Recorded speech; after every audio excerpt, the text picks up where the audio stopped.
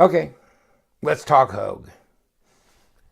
I had basically this knife, except, I mean, this is not my knife. This is on consignment, shall we say. In any case, this is a button lock knife.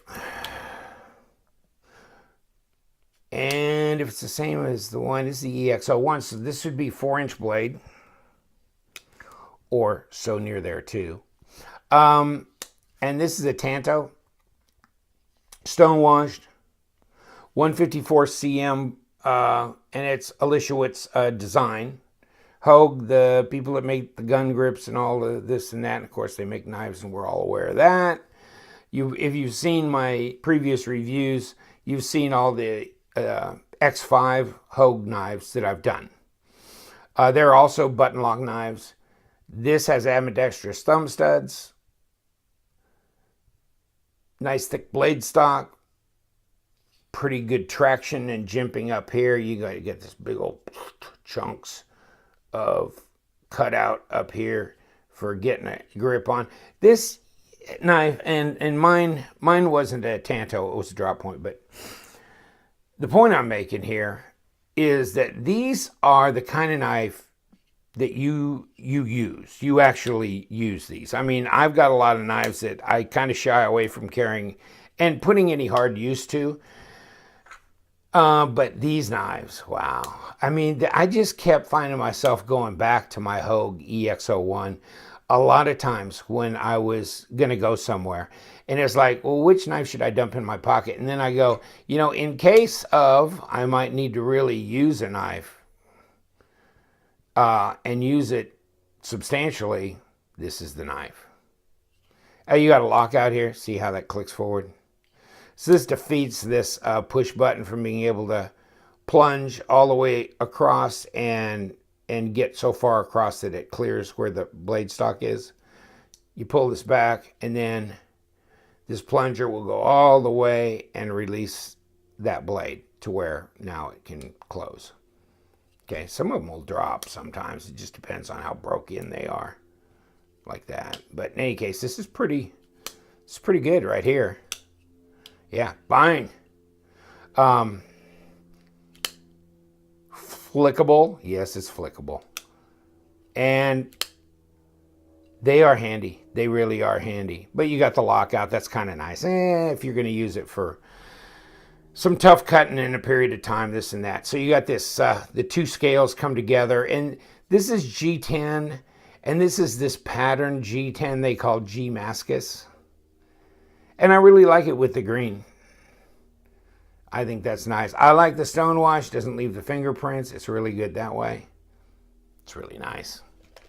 Let's take a look. I think we've got pretty close to 4 inches. Well, that's about as close you get to 4 inches and not be 4 inches. It might be a 30-second shy. Let's call it 4 inches. 10 centimeters. And not 9 inches, but it's getting there. Really close, 8 7/8, just a skosh over that actually. So 22.5 centimeters and maybe just a little bit over that actually.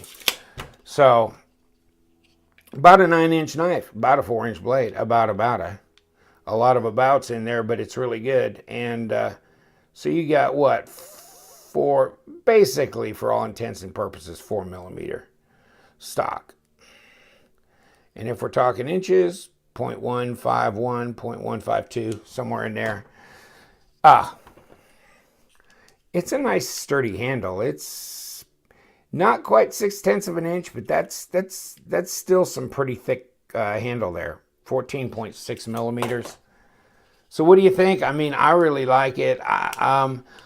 This is almost like got a little harpoon design here, false edge up here, stone wash, so it's nice and smooth. Check that out. Okay, so you've got this milled out here so that you can use the thumb stud from right hand or left hand. And of course, ambidextrous thumb studs, right hand, left hand. It's set up for tip up, and look at that deep carry. And no, you can't go left. You can go right. In any case, yeah. You know what? And it looks to me like you can go tip down if you want. And, you know, I hadn't noticed that before. So that kind of just jumped up at me, didn't it? So here you go, your EX01 green G10 Tanto, 4-inch tumbled. Wow. 203, I forgot they were that expensive. I kept they were like 160 or something. All right. Overall length, 8 inches. That's not true. It's 9 inches. Blade length. Oh, this is the this is EX01. All these stats here are wrong. This is a 4-inch blade. It's 9 inches overall. That's wrong. That's right. That's right. Okay. They must have cut and paste from the 3.5-inch blade and just left it there. Yes, indeed. Nothing like paying attention to detail. You know what? I ought to go to work for him because I screw up so often. I'd fit right in. Good Lord. What's this? 34-148. Let's take a look. Well, it's a 34-148. 4-inch. Where did it become 3.5? It shrunk when it got to Blade HQ. Manual knife. Blah, blah, blah, blah, blah. There you go. Nothing special, but I just thought I'd show that to you for extra stats. But wow, it's always, you know, is that why we do the measuring here? Come on, tell me. Is that why we do the measuring? Because if I just scrolled this, you know, like some people do when they do reviews, they scroll it, you know. You know what you'd have got? You'd have got an 8-inch knife with a 3.5-inch blade. Now let's weigh it, because I don't believe anything I see on their page now. Oh, God. 5.3. Let's see, what do they say here? Let's get back. 4.4 ounces. There you go. It got fat. 5.3. Ah, jeez. Buying books and you buying books. 150 grams. It kind of blew my mind, too. Usually they're right on, but that's kind of why we do what we do. Really nice. Really nice. Pretty sharp on this end. Feels sharper on that end.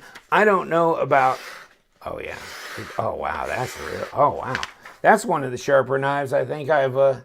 And I was really impressed with mine when I got it, too. It was really sharp. When I get my KME system in, I am going to, this will not be the first type of knife I'll try and put an edge on. And it's not going to be this knife anyhow. This one's getting sold. But you know what? This Tanto looks, I mean, it's going to be a different system to get used to anyhow. But going around this corner here, yeah, I don't know. I'm going to have to watch a video on somebody doing that because I see the, you know, the drop points and stuff and I get that, but I'm not sure about that. I don't think I'd be overly confident taking that on. But yeah, these are really handy.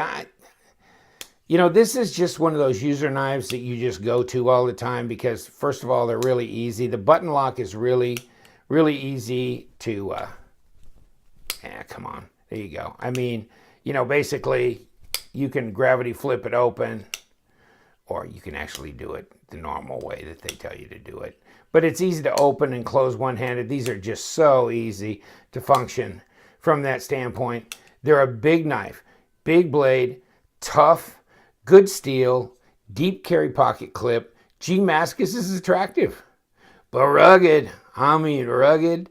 You drop this on the concrete, you probably won't even put a scratch in it. Unless it lands on the pocket clip. Yeah, it could scratch the metal. But this Gmascus is tough stuff. It really is. It's not like having a titanium, high-end titanium frame lock flipper. You drop that on the concrete, man, you're going to have some problems. You're going to have a lot of scars in that dog. But this, you know, that's kind of why you kind of go to some of these. And it's just so good. They just really are so good. I really miss my EX01. I didn't get the Tanto, and I probably wouldn't in the future if I got one. But there's people that love Tanto. And there are times when I love a Tanto edge style. And there's times when I like more of a modified drop point, that kind of thing. So, but wow. Made in the USA, right? Very nice. Beautiful knife. Thank you so much for joining me to look at this beauty. It's something, isn't it? And we've had Hogues, but the Hogues that we've had on here have been the X5. So this is nice. The EX01, yes, that's perfect. EX02, we would just get smaller. That's all. It'd be the same, just smaller. Hey, if we get the EX02 on here, we can just use these stats for it. Oh my God, now I'm beating them up. Just saying, folks. What do you think of my blue background? You like that? Carbon fiber? That's pretty cool. Just thought I'd bring that up. Okay, get out of here. Till the next time, we love them knives. Yes, we do.